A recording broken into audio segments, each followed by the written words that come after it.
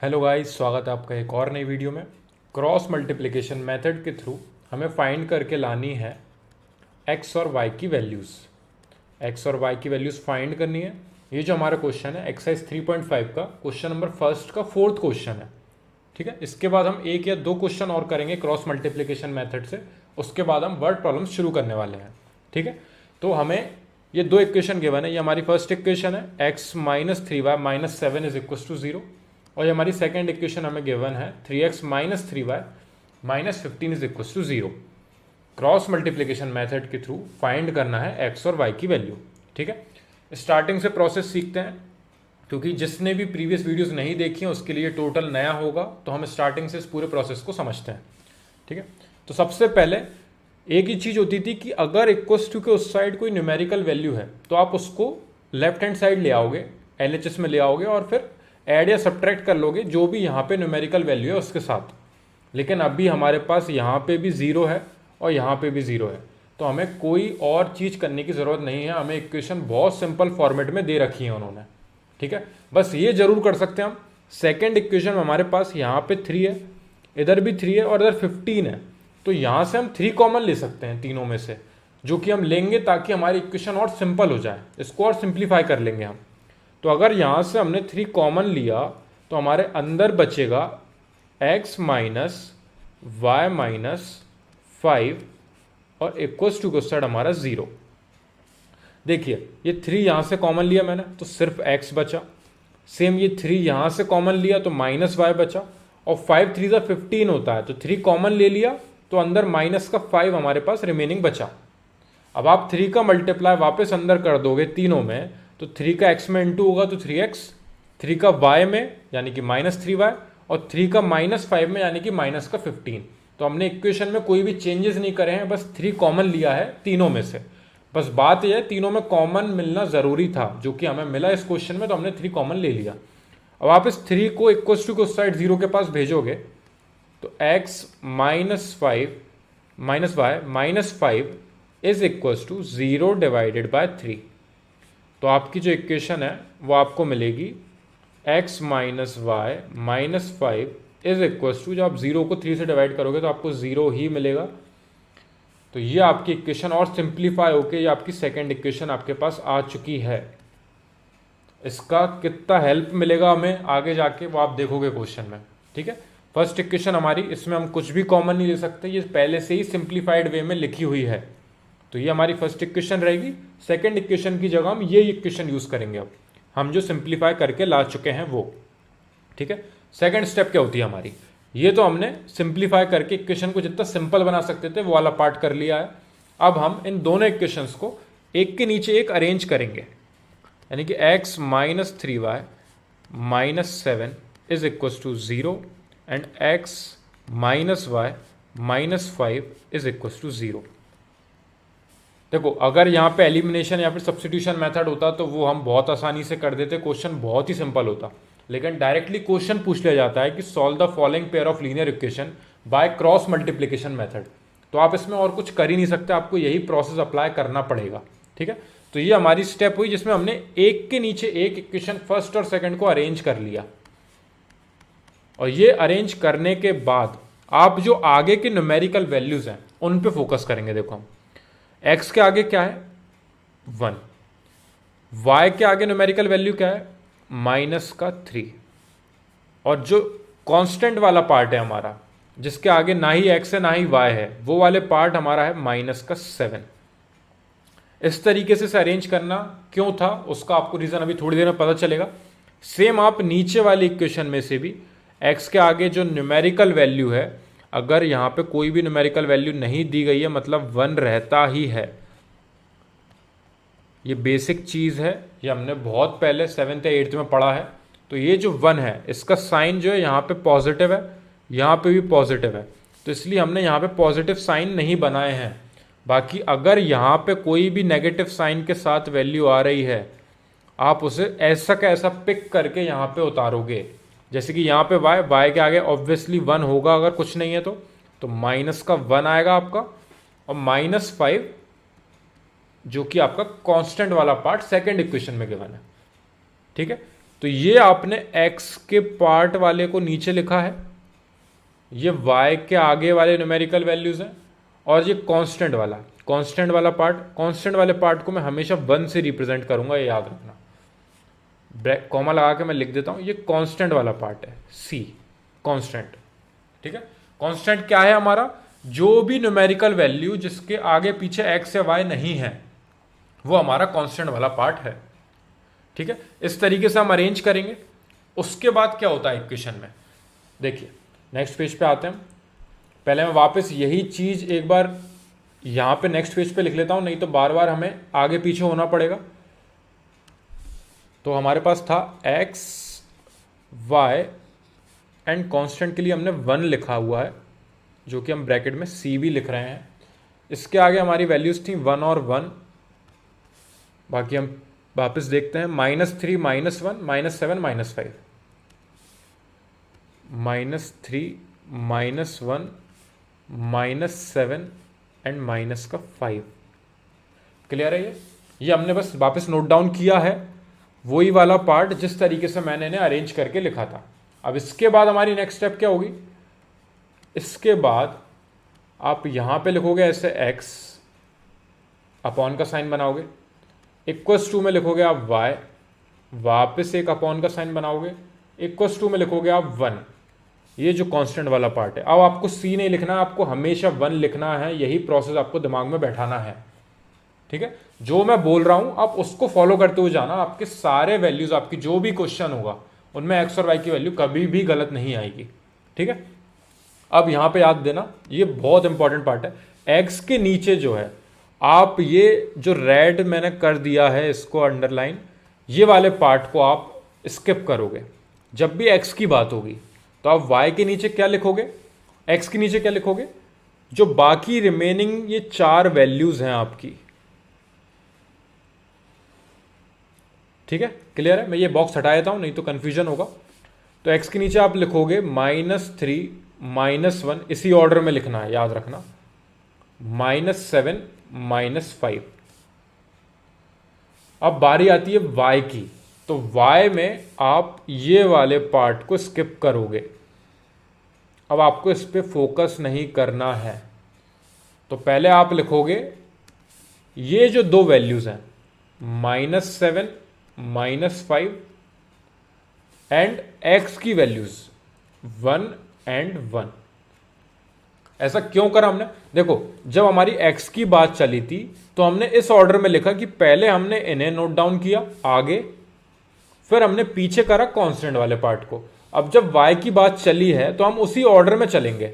जब इसकी बात हुई थी तो इन दोनों को लिखा, अब इसकी बात हुई है तो पहले इसकी नंबरिंग आएगी, पहले इसकी बारी आएगी, इसको यहां पे हम नोट डाउन करेंगे। उसके बाद x वाले जो हमारे न्यूमेरिकल वैल्यूज हैं उनको हम उसके बाद लिखेंगे। ठीक है, और 1 वाले पार्ट में अब आपके पास ऑर्डर वही रहेगा, सिंपल, 1 और 1, -3 एंड -1। बहुत अच्छे से इस चीज को अपने दिमाग में बैठा लो कि ये x वाले और कांस्टेंट वाले पार्ट में हमें दिक्कत नहीं आती, हम डायरेक्टली लिख देते हैं। ये 4 वैल्यूज को हमने डायरेक्टली लिख दिया, और कांस्टेंट वाले पार्ट में हमने इसको ग्रीन से हाईलाइट कर लिया है, ये वाले पार्ट को हम छुपा लेते हैं, और बाकी की जो 4 वैल्यूज हो हम उन्हें डायरेक्टली उठा के लिख देते हैं। लेकिन जब y की बारी आती है तो पहले कांस्टेंट वाली वैल्यूज लिखी होंगी, ये याद रखना, और उसके बाद x वाली वैल्यूज लिखी होंगी। इसके बाद क्या होगा? इसके बाद का जो प्रोसेस है वही बोलते हैं हम क्रॉस मल्टीप्लिकेशन मेथड, क्योंकि हम इन्हें क्रॉस में मल्टीप्लाई करेंगे। ये एरोज बना लेना आप, क्योंकि इससे क्या है, आपको सिंपल पड़ेगा, आपको याद रहेगा आपको किसको किससे मल्टीप्लाई करना है। बाई चांस गलती से आप किसी और वैल्यू को मल्टीप्लाई ना कर बैठो। ठीक है, अब वापस आप x लिखो, वही नीचे अपॉन का साइन बनाओ, इज इक्वल्स टू में y लिखो, वही अपॉन का साइन, एंड 1 और वही अपॉन का साइन। अब मल्टीप्लाई करने में याद रखना, जो सबसे आगे सबसे ऊपर वैल्यू लिखी हुई है उसका पहले मल्टीप्लाई होगा, ये जो एरो बनाया ना उस ऑर्डर में, यानी कि -3 का आप मल्टीप्लाई करोगे -5 में। उसके बाद आपके क्वेश्चन में, मतलब आपके जो मेथड है क्रॉस मल्टीप्लिकेशन मेथड में, उसी फॉर्मूले में ये माइनस साइन हमेशा रहता है। तो तो ये वाला माइनस साइन यहीं रहेगा और आप फिर मल्टीप्लाई करोगे -1 का -7 में, यानी कि -1 का मल्टीप्लाई आप करोगे -7 में। मैंने ये ब्रैकेट इसलिए लगा लिया ताकि आप साइन को कंफ्यूज ना कर बैठो। ये -1 यहीं से आया है, ये -7 यहीं पे गिवन था, और ये माइनस साइन जो बीच में है ये पहले से ही अवेलेबल है इस मेथड में। ये आपको हर बार माइनस साइन बीच में लगाना कंपलसरी है, और जिसके आगे जो माइनस साइन न्यूमेरिकल वैल्यूज में गिवन है वो आप डायरेक्टली लिख ही दोगे। सेम अगर हम यहां से देखें तो -7 का 1 में इंटू, अब +1 में इंटू था तो +1 लिया हमने, फिर माइनस साइन जो हमारा ये फॉर्मूले में ही है उसको लिखेंगे। मैं इसलिए इसको सर्कल कर रहा हूं ताकि आप कंफ्यूज मत होना। और फिर जो 1 का मल्टीप्लाई आपको करना है -5 में, ये ऑर्डर देख रहे हो आप, इससे आप इसको मल्टीप्लाई करोगे, इसलिए हमने ये एरो बनाया है। उसके बाद बीच में आएगा माइनस साइन, फिर आप इसका इससे मल्टीप्लाई करोगे। सेम हमने किया y के लिए, -7 का 1 में मल्टीप्लाई करा, फिर बीच में आया माइनस साइन जो कि फॉर्मूले में ही है, फिर -5 का 1 में मल्टीप्लाई हुआ। अब 1 वाले पार्ट में आपका 1 का मल्टीप्लाई होगा -1 में, माइनस साइन ये 1 का मल्टीप्लाई होगा -3 में। इस वाले प्रोसेस में अगर आपको दिक्कत लग रही है तो आप मेरे को कमेंट सेक्शन में बताना, मैं इसको वापस नेक्स्ट क्वेश्चन में और डीपली समझाने की कोशिश करूंगा। वैसे जितना मुझे लग रहा है ये वाला प्रोसेस आपको समझ में आ गया होगा। बस ये याद रखना ये माइनस साइन पहले से ही रहता है, बाकी ये चीज टोटली नई थी आपके लिए, तो आप इन एरोस को बनाओगे और इस एरोस को फॉलो करते हुए मल्टीप्लाई करोगे, याद रखना, ठीक है। और एक्स वाले पार्ट में एक्स वाली की वैल्यूज नहीं लिखनी है, वाई वाले पार्ट में वाई की वैल्यूज हटानी है, और कांस्टेंट वाले पार्ट में आपको ये 1 के नीचे ये वाली वैल्यूज नहीं लिखनी है, ठीक है। और ऑर्डर में आपको बता ही चुका हूं। अब हम इन्हें मल्टीप्लाई करते हैं, तो नीचे आपका मल्टीप्लाई हो रहा है, -3 का -5 में मल्टीप्लाई करोगे आप तो मिलेगा आपको प्लस का 15, क्योंकि 5 3 15 होगा और माइनस से माइनस कैंसिल हो जाएगा। बीच में ये हमारा माइनस साइन है, और -1 का -7 में आप मल्टीप्लाई करोगे तो आपको मिलेगा प्लस का 7 is equal to y upon में। यहां से हमारी बेसिक कैलकुलेशन शुरू होती है। ये -3 का -5 में मल्टीप्लाई में गलती नहीं करनी है, प्लस का 15 आएगा। सेम -1 और -7 आपका प्लस का 7 आएगा, लेकिन ये जो बीच वाला साइन नेगेटिव आपका गिवन है वो आपको लिखना पड़ेगा यहां पे। यहां पे -7 का 1 में मल्टीप्लाई करोगे तो आपको -7 मिलेगा, और -1 और -5 ये आपको प्लस का 5 देके जाएंगे। यहां पे 2 माइनस के साइन है जो कि माइनस माइनस प्लस बनाएंगे। सेम यहां पे भी 2 माइनस साइन थे जिन्होंने प्लस बनाया था, लेकिन एक और थर्ड नेगेटिव ने इस वैल्यू को नेगेटिव में पहुंचा दिया था, ठीक है। यहां से आपको प्लस का 5 मिला, क्योंकि -5 into -1 is equal two plus का 5, इक्वल टू का साइन 1 अपॉन में 1 का आप मल्टीप्लाई करोगे -1 में तो आपको -1 मिलेगा, और -1 इंटू -3 आपको देगा प्लस का 3। अब आपको यहां पे बस सब्ट्रैक्ट करना है। उसके बाद जो आपकी नेक्स्ट स्टेप आएगी आप उसको वापस नोट डाउन करें। 15 में से आपने 7 सब्ट्रैक्ट करे, आपको 8 बचेंगे, is equal to y upon में -7 में से आपके 5 गए तो माइनस का 2 बचेगा, इज इक्वल टू 1 अपॉन में 3 में से आपके -1 गए तो आपको बचेंगे 2। यहां गलती मत करना, -7 बड़ा है, प्लस का 5 छोटा है, इसलिए -2 हमारे रिमेनिंग बचेंगे। अब ये जब वैल्यूज आ चुकी हैं आपकी, इसके आगे जब और सिंप्लीफाई नहीं हो रहा तो आप ये x वाले पार्ट को उठा के इससे कंपेयर कर देना। पहले देखो ये तीनों आपस में इक्वल हैं। अब अगर आप इन दोनों को आपस में इक्वल लिखोगे, फॉर एग्जाम्पल आपने लिख लिया x upon 8 is equal to y upon में -2, तो आप यहां से x और y की वैल्यू फाइंड कर पाओगे? जी कभी नहीं, क्योंकि यहां पे 2 वेरिएबल हैं, इनसे वैल्यू फाइंड नहीं कर सकते। तो हमें ये वाले पार्ट को स्किप करते हुए हम वो वाली वैल्यूज उठाएंगे जिससे हमारी वैल्यूज आ सकती हैं, यानी कि x अपॉन 8 जो कि इक्वल्स टू में है y अपॉन -2 के भी और 1 अपॉन 2 के भी, तो आप इसको इक्वल लोगे 1 अपॉन 2 के साथ, क्योंकि यहां से हम x की वैल्यू फाइंड कर पाएंगे। अब आप इसको सिंप्लीफाई करोगे तो ये 8 जो है मल्टीप्लाई में पहुंचेगा ऊपर, तो 8 अपॉन 2 हो जाएगा, और 2 से आप कैंसिल करोगे इसे 4 टाइम्स, तो आपकी x की वैल्यू जो है 4 आपको यहां से मिल जाएगी। सेम अब आप ये y वाले पार्ट को इसके इक्वल कर दो, यानी कि y अपॉन में -2 इज इक्वल टू 1/2, यानी कि y इज इक्वल टू ये -2 ऊपर 1 के साथ जाके मल्टीप्लाई में होगा और ये 2 से 2 कैंसिल होगा 1 टाइम्स, तो आपको y की वैल्यू मिलेगी -1। इस तरीके से आपके x और y जो आपको फाइंड करने तो इनकी वैल्यूज निकलेगी। लेकिन ये याद रखना, इन दोनों को आपस में इक्वल करने से कोई भी मतलब नहीं निकलेगा, क्योंकि दो अननोन वैल्यूज हो जाएंगी यहाँ पे। तो इसलिए आप ये x वाला जो पार्ट है इसको कांस्टेंट वाले पार्ट के इक्वल करोगे तो आपको x मिलेगा, और जब आप y वाले पार्ट को कांस्टेंट वाले पार्ट के इक्वल करोगे तो आपको y की वैल्यू मिलेगी। और इससे पहले का जो पार्ट जो A to Z सारी स्टेप्स है मैं उनको एक बार और समझाता हूं। दो इक्वेशन आपको मिलेंगी। सबसे पहले RHS में आपका 0 होना कंपलसरी है, ये याद रखना है। मैं ये मार्क कर रहा हूं, ये इंपॉर्टेंट चीज है, ये स्टार बनाया मैंने। अगर आपने यहां पे 0 नहीं छोड़ा तो आपका पूरा क्वेश्चन गलत हो जाएगा। तो सारी वैल्यूज जो है वो सिर्फ लेफ्ट हैंड साइड में होनी चाहिए हमारे, इस तरीके से, ठीक है। फिर उसके बाद मैंने एक के नीचे एक अरेंज करेंगे इक्वेशंस को, उसके बाद इनकी न्यूमेरिकल वैल्यूज को पिक करेंगे। ये +1 उठाई हमने यहां से और x के नीचे +1 लिख दी दोनों। फिर ये -3 और -1 उठाई यहां से, y के नीचे लिख दी -3 और -1। एंड देन जो कांस्टेंट वाला पार्ट है साइन के साथ उठाना है, याद रखना। इन दोनों को हम 1 के नीचे अरेंज करेंगे, -7 और -5। फिर हम नेक्स्ट पेज पे आएंगे। फिर हमने क्या किया, जब हमने ये तीनों को एक के नीचे एक अरेंज कर लिया है, उसके बाद x वाले पार्ट के नीचे हमें ये y वाले की वैल्यूज लिखनी है सेम ऑर्डर में। सेम कांस्टेंट वाला पार्ट जो है यानी आपका 1 वाला पार्ट जो है उसके नीचे भी सेम ऑर्डर में आपको ये चारों वैल्यूज लिखनी है। लेकिन y वाला जब आप वैल्यू लिखोगे तो y के नीचे पहले कांस्टेंट वाले की वैल्यूज आएंगी, फिर आपके x वाले की वैल्यूज आएंगी। इस ऑर्डर में जब आप अरेंज कर चुके होगे उसके बाद आपको क्रॉस मल्टीप्लाई करना है। याद रखना, ये जो लेफ्ट हैंड साइड है, ये जो लेफ्ट साइड में आपकी सबसे ऊपर वैल्यू है, इसका पहले मल्टीप्लाई होगा इसके क्रॉस में, वो वैल्यू आएगी यहाँ पे। फिर बीच में आएगा माइनस साइन, ये इनबिल्ड है इस पूरे मेथड के अंदर, ये वाला माइनस साइन। फिर आपका जो रिमेनिंग दो वैल्यूज हैं उनका आप क्रॉस में मल्टीप्लाई करोगे और उनको लिखोगे बाद में। सेम आप y वाले पार्ट के साथ करोगे, सेम आप 1 वाले पार्ट के साथ करोगे। यहां से आपकी बेसिक कैलकुलेशन शुरू होगी।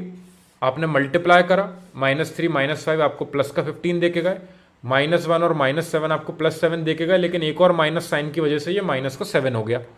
सेम यहाँ पे -7 और माइनस माइनस प्लस का 5।